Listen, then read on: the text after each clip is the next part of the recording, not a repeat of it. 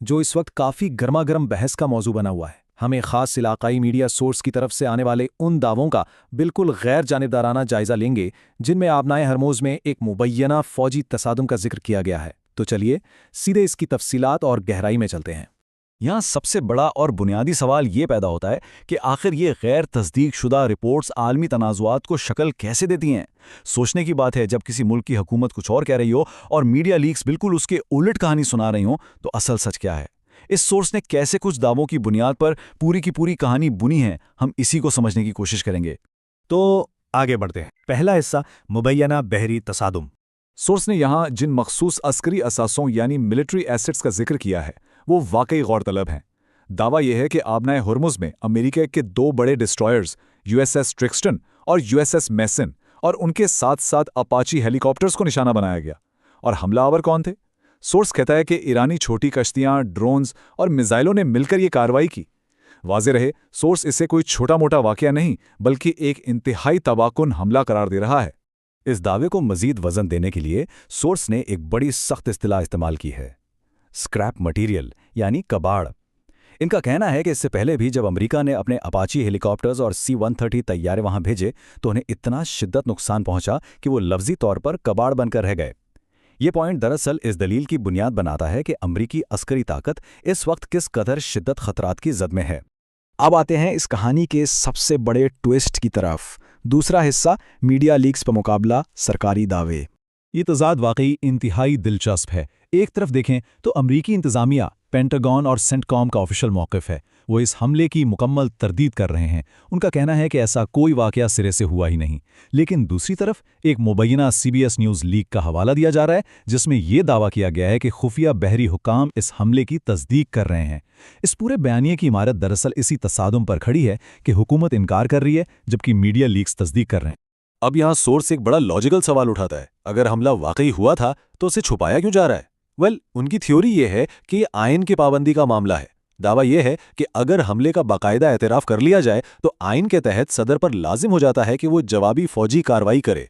तो उनके मुताबिक चूंकि इंतजामिया किसी भी खुली जंग से घबरा रही है, इसलिए इस वाक़े को दबाकर रखा जा रहा है।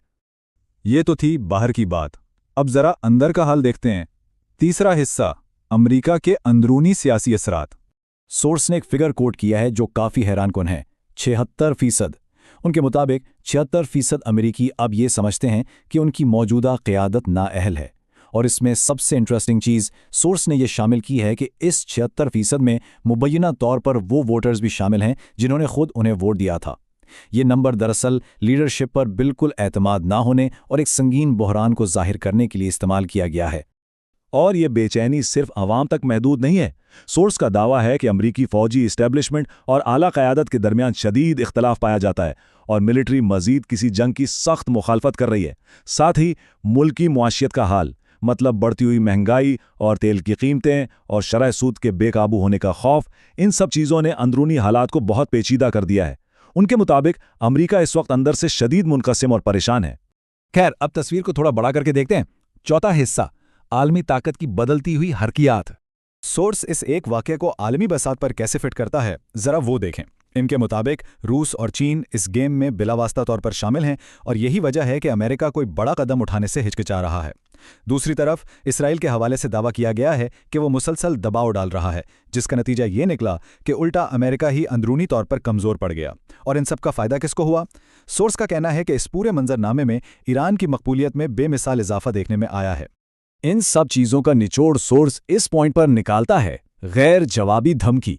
माजी में मुखालिफिन को दुनिया के नक्शे से मिटा देने की जो बड़ी बड़ी धमकियां दी गई थीं वो सबको याद होंगी। लेकिन सोर्स कहता है कि जब इतने बड़े मुबैना हमलों पर खामोशी इख्तियार की जाती है और कोई जवाब नहीं दिया जाता तो वो पहले वाली सारी धमकियां सिर्फ खोखले अल्फाज बनकर रह जाती हैं, जिसका नतीजा ये निकलता है कि आलमी सतह पर किसी भी मुल्क की साख और दबदबे को शदीद नुकसान पहुंचता है। तो इस सब पर गौर करने के बाद एक बहुत ही गहरा और आखिरी सवाल जहन में आता है।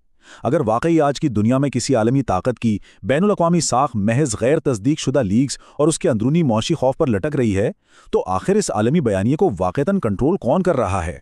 क्या सच वही है जो बताया जाता है या वो जो छुपाया जाता है? इस गहरे सवाल के साथ हम आज के इस तज्ज़िये को यहीं ख़त्म करते हैं। हक़ाइक़ और बयानिए की साख्त को समझने के सफ़र में साथ रहने का बहुत शुक्रिया।